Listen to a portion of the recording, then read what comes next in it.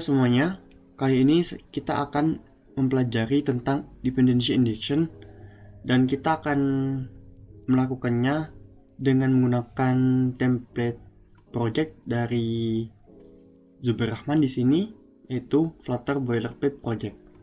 Nah, sebelum kita memasuki materinya, kita akan mengklon dulu project ini.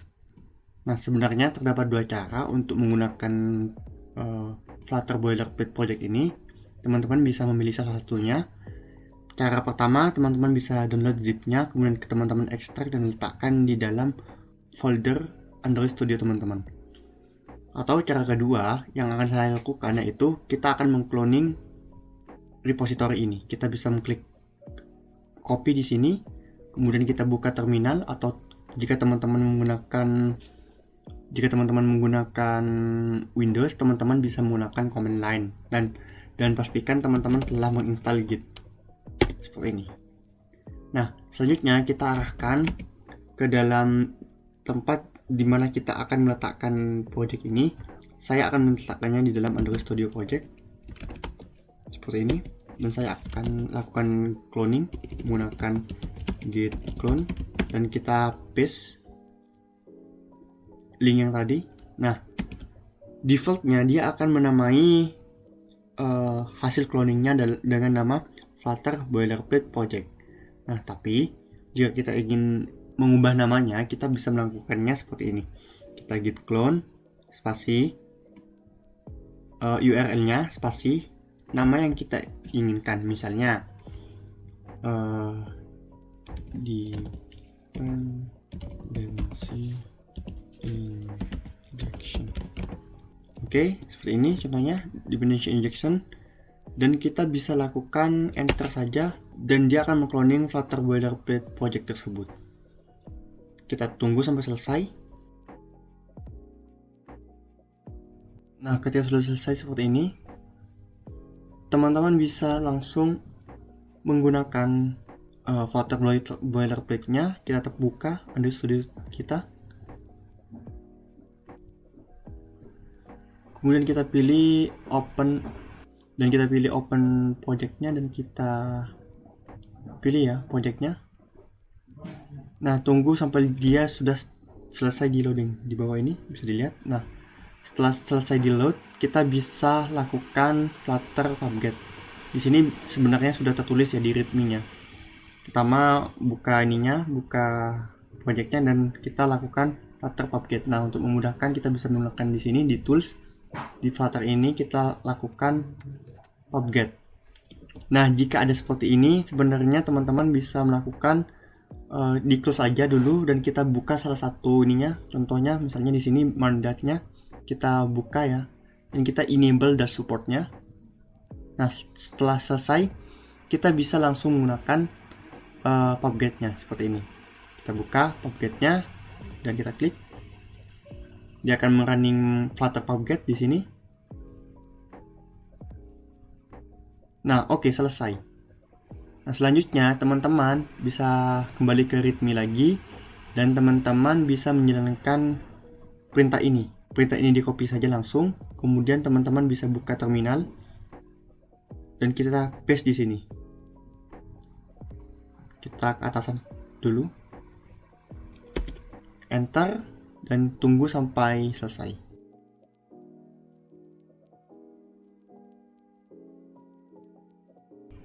Nah, selanjutnya jika sudah selesai, teman-teman sebenarnya bisa menggunakan versi dari NullSafety-nya. Nah, di sini kalau teman-teman lihat di dalam penjelasannya itu, di dalam Flutter Boilerplate Project ini terdapat satu branch dengan nama Feature NullSafety yang memungkinkan kita untuk menggunakan NullSafety gitu.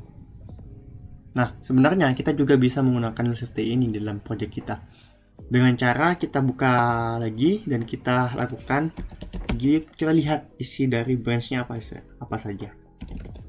Branch. Oke. Nah, di sini ada NullSafety, kita bisa copy kan, dan kita check out ke dalam branch tersebut.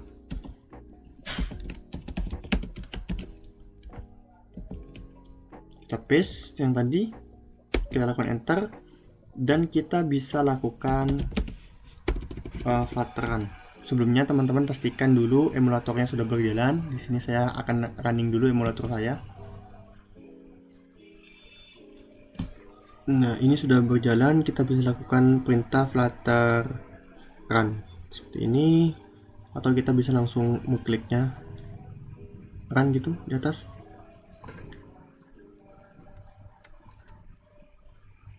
Kita tunggu. Nah, jika ada error seperti ini, teman-teman bisa abaikan dulu sementara. Nah, error yang sebenarnya itu terdapat pada, nah ini kalau teman-teman bisa abaikan ya. Nah, untuk untuk Nexus versi yang saya gunakan itu Nexus versi 6 dengan API 22. Nah, saya lupa aku namanya. Untuk yang versi 22 itu apa? Mas Milo ya, kalau tidak salah. Nah, error yang perlu kita benahi itu sebenarnya ada di sini. Ini merupakan error yang kita harus benahi. Ada 3 di sini. Nah, pertama ada di home Dart, yaitu di dalam library ya, di folder home gitu. Kita lihat saja langsung. Ini langsung merah kan ya home-nya. Nah, kita bisa benahi langsung saja ke bawah. Kita cari errornya. Nah, kita hapus title ini, dia error, sudah gak disupport lagi. Kita ubah menjadi titik tadi title ya, karena title kita tarik yang sama, title medium contohnya. Nah, selanjutnya kita benahi yang di widgets ini. Widgets ini kita coba lihat apa saja, yaitu di ini ada 2 error di sini. Ada di body, kita ubah menjadi body text 1 ya. Yang di bawahnya juga seperti itu. Nah, ini error juga body text 1. Nah, kemudian teman-teman kalau lihat di sini, kita coba run lagi dulu.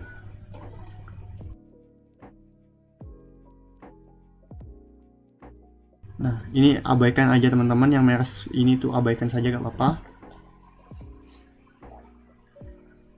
Nah, selanjutnya masih ada yang error lagi nih.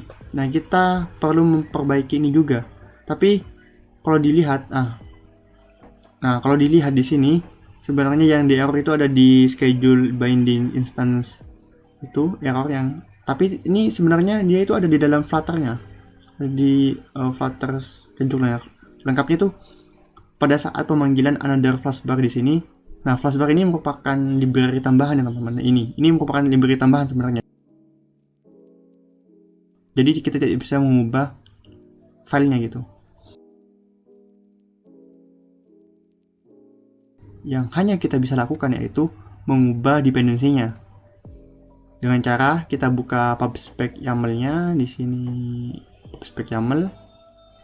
Kemudian kita cari flashbar ya, flashbar mana ya? Nah, ini dia flashbarnya.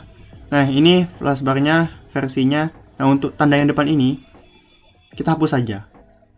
Nah, jadi langsung saja angka gitu, 1.0.23 langsung angka. Nah, kita pubget dulu, jangan lupa.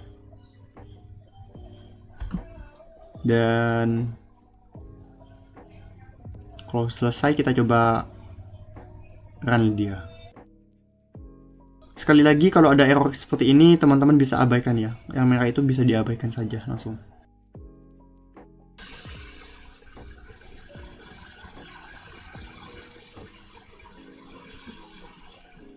Nah, ini merupakan tampilan awal dari aplikasi kita. Aplikasi project template yang kita gunakan gitu. Template dari Zubair Rahman tadi. Nah, selanjutnya kita akan langsung saja masuk ke materinya mengenai dependency injection. Nah, untuk lebih memastikan apa yang sebenarnya akan kita lakukan, saya akan mensimulasikan contoh dari ketika kita tidak menggunakan dependency injection. Kita close yang lain ini dulu, kita close semua dulu, dan kita bisa menambahkan, kita anggap saja seperti ini. Kita asumsikan bahwa akan mengambil data dari REST API. Tentu saja kita akan menggunakan library HTTP, ataupun kalau teman-teman itu sudah tahu di IO itu. Kalau teman-teman lihat di sini kan sebenarnya dia itu, nah di pub spec YAML-nya itu dia itu depend pada di IO ataupun pada HTTP. Nah, ini merupakan library untuk membuat HTTP request. Dua-duanya itu sama, library untuk membuat HTTP request. Nah, ceritanya kita anggap saja akan melakukan pengambilan data lewat API. Nah, di sini kalau teman-teman lihat, untuk mengambil data lewat API sebenarnya kita bisa mendefinisikannya di bagian data, network, dan API. Nah, di sini sebenarnya tempat untuk membuat request HTTP-nya. Tapi di sini kita akan mensimulasikannya secara lokal. Tidak akan menggunakan API yang sesungguhnya gitu. Tidak akan melakukan request terhadap REST API server. Nah, tapi di sini kita coba untuk menambahkan sebuah file baru. Nah, ini akan anggap saja ini file yang akan menangani HTTP request-nya gitu. Kita namakan dia dengan news API dan klik add aja. Kemudian kita lakukan tambahan kelas news API. Nah, news API ini ceritanya dia itu akan menangani HTTP request untuk API berita news gitu. Nah, di sini dia akan sebenarnya akan memiliki list dari string untuk mendapatkan get title-nya. Nah, di sini mungkin nanti kita akan tampilkan title dari kabarnya gitu, newsnya. Jadi kita bawakan dulu ini aja ya. Nah, jadi ini nanti akan menampilkan, ceritanya akan menampilkan berita, judul berita dari API. Nah, melalui metode ini, news API ini. Sorry. Nah, dia ini. Nah, karena ini kita akan simulasikan saja, jadi kita bisa mengambil datanya lewat lokal saja dulu. Nah, teman-teman nantinya bisa menggunakan HTTP ataupun DIO untuk mengambil data sebenarnya dari REST API-nya gitu, dari sebuah URL API gitu. Di sini sebut saja titles ya.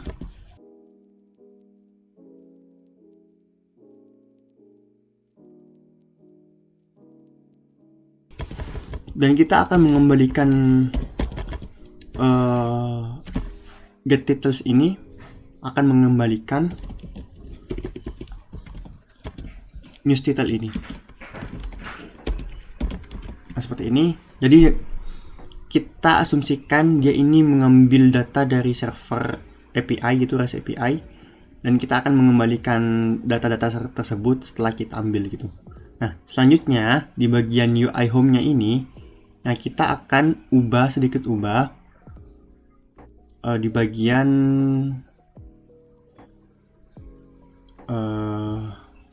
body-nya di sini. Di build-nya kita akan ubah, di metode build kita akan ubah. Nah, untuk menggunakan metodenya, oh iya,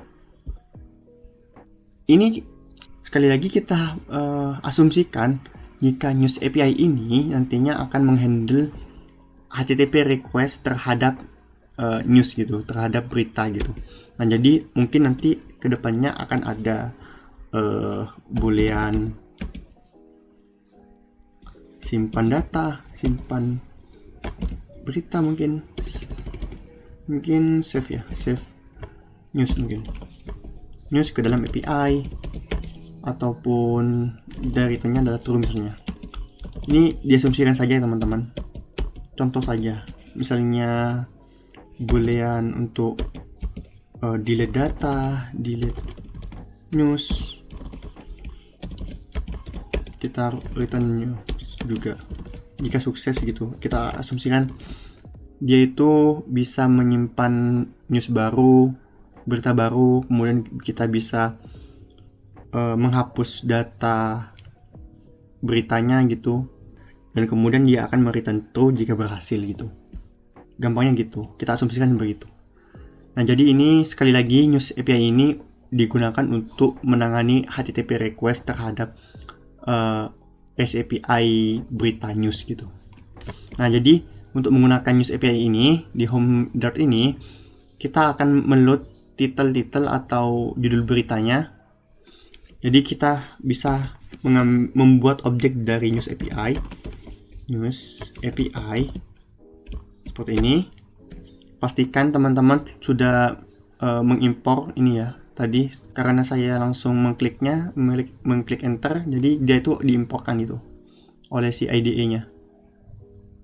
Kita kesampingkan dulu. Nah, seperti ini. Ini pastikan teman-teman impor, dan kemudian kita balik lagi di News API, kita buat objeknya seperti ini, dan kita akan simpan dia ke dalam News API dengan nama News API. Nah, jadi objek News API ini akan disimpan ke dalam variabel News API.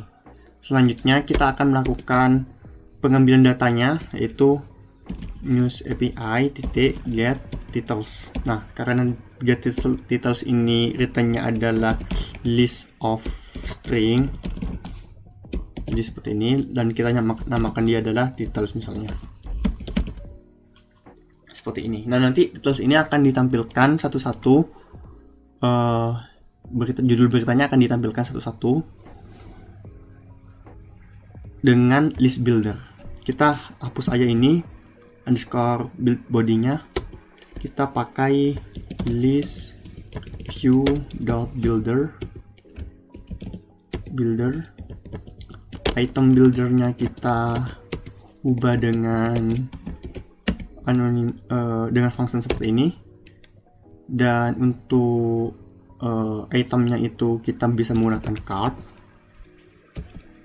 dan childnya itu misalnya teks ya, teks dengan isi titles ke index, dan kita kasih dia ini return, dan kita kasih dia margin misalnya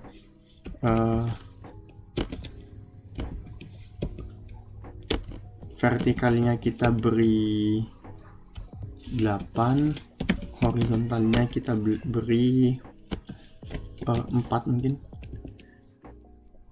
dan kita bisa langsung menggunakannya ini seperti ini. Kita lakukan rerun lagi ya. Nah, jadi seperti ini. Oh iya, sorry, di sini ada yang error. Kenapa kok error? Karena list view builder ini membutuhkan satu parameter lagi biar dia gak merah gini, yaitu mengenai berapa banyak childnya gitu. Jadi karena ini childnya adalah total dari titles, jadi kita bisa masukkan seperti ini. Item count kita isi dengan title titik rank.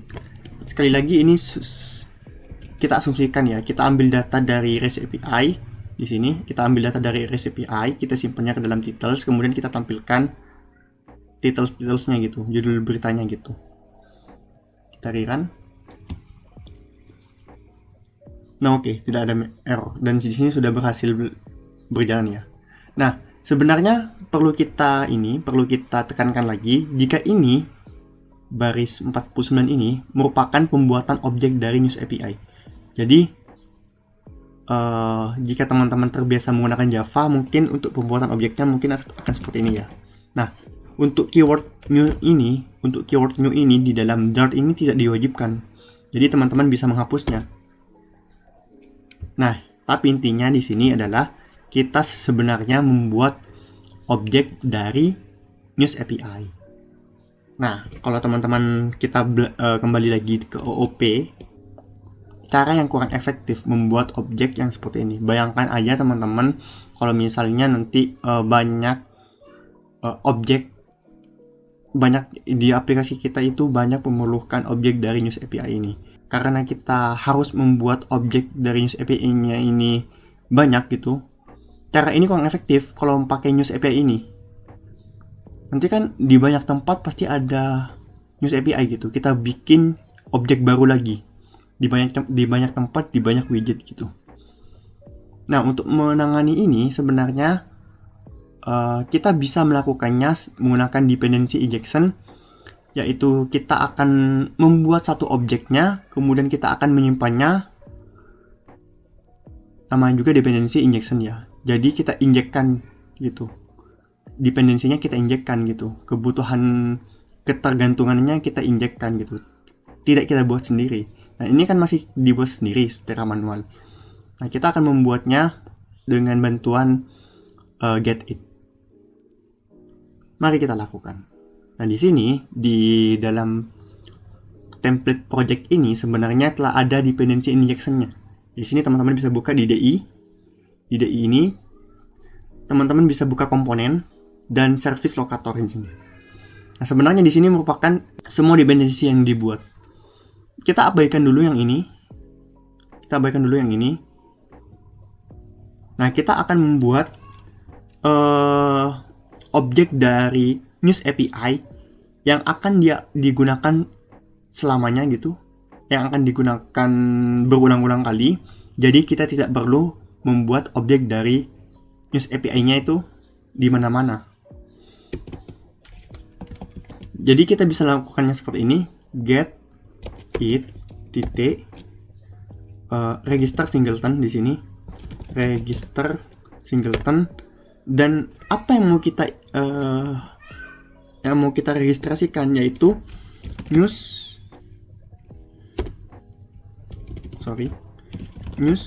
API seperti ini. Kita import dulu library-nya di sini. Import library News API. Nah, sudah selesai. Tidak ada error lagi. Nah, sebenarnya kita melakukannya tuh seperti ini. New News API. Kita membuat objek dari News API-nya.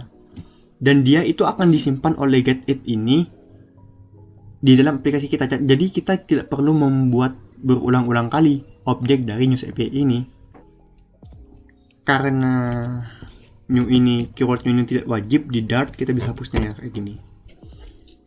Intinya ini membuat objek dari News API-nya, kemudian kita menyimpannya di GetIt agar kita bisa memanggil dia kapan saja gitu. Tidak perlu kita membuat objeknya lagi, tidak perlu membuat objek News API-nya lagi. Kita kembali ke home ya teman-teman.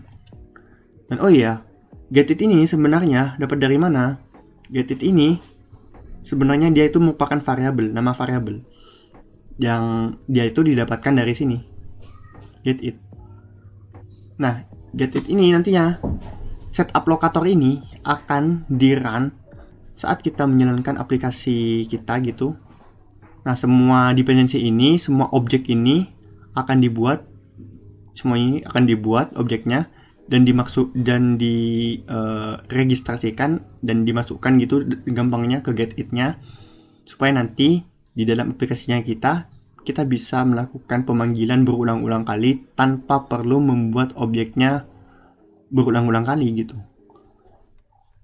Hanya sekali pembuatan objek dan kita dapat melakukan pemanggilan berulang kali terhadap objek tersebut. Jadi gitu intinya. Selanjutnya kita bisa kembali ke home Dart ini, kemudian kita ganti pembuatan objek News API ini dengan menggunakan GetIt yang berasal dari package boilerplate DI ya. Jangan yang lain, GetIt yang sini. Kemudian kita sebutkan, karena dia itu tipenya generik, kita bisa spesifikkan apa yang mau kita ambil, yaitu News API. Seperti ini, dan kita ambil saja langsung seperti ini. Nah, kita dengan seperti ini bisa melakukannya berulang-ulang kali dengan objek yang sama, yaitu News API yang dibuat di dalam service locator ini. Jadi objek News API ini tidak dibuat lagi, tetapi mengambil objek yang telah dibuat di awal pada saat aplikasi running. kalau kita coba rerun aplikasinya, oh ya teman-teman, kalau misalnya ini pakai hot reload, ini akan error teman-teman. Nah, akan error karena apa? Kalau hot reload itu cuma beberapa, nggak semuanya nggak semua di build ulang, nggak semua dibuat ulang. Nah, untuk membuat ulang semua komponen yang ada di aplikasi teman-teman harus menggunakan run seperti ini. Nah, kalau di run baru dia agak error. Kalau di hot reload ya pasti error yang tadi kayak yang tadi gitu. Nah, kalau sekarang dia agak error soalnya apa? Sudah di load ininya. Sudah di load untuk modulnya gitu. Jadi intinya dengan menggunakan dependency injection ini, kita tidak perlu untuk membuat secara langsung objek dari use API-nya. Kita hanya perlu membuatnya di dalam sebuah service locator ya. Saya namakan service locator di get it itu. Kemudian kita hanya perlu untuk memanggil objek yang telah dibuat di dalam service locator tersebut. Baik, mungkin itu saja yang bisa saya sampaikan. Kurang lebihnya maaf dan sampai jumpa.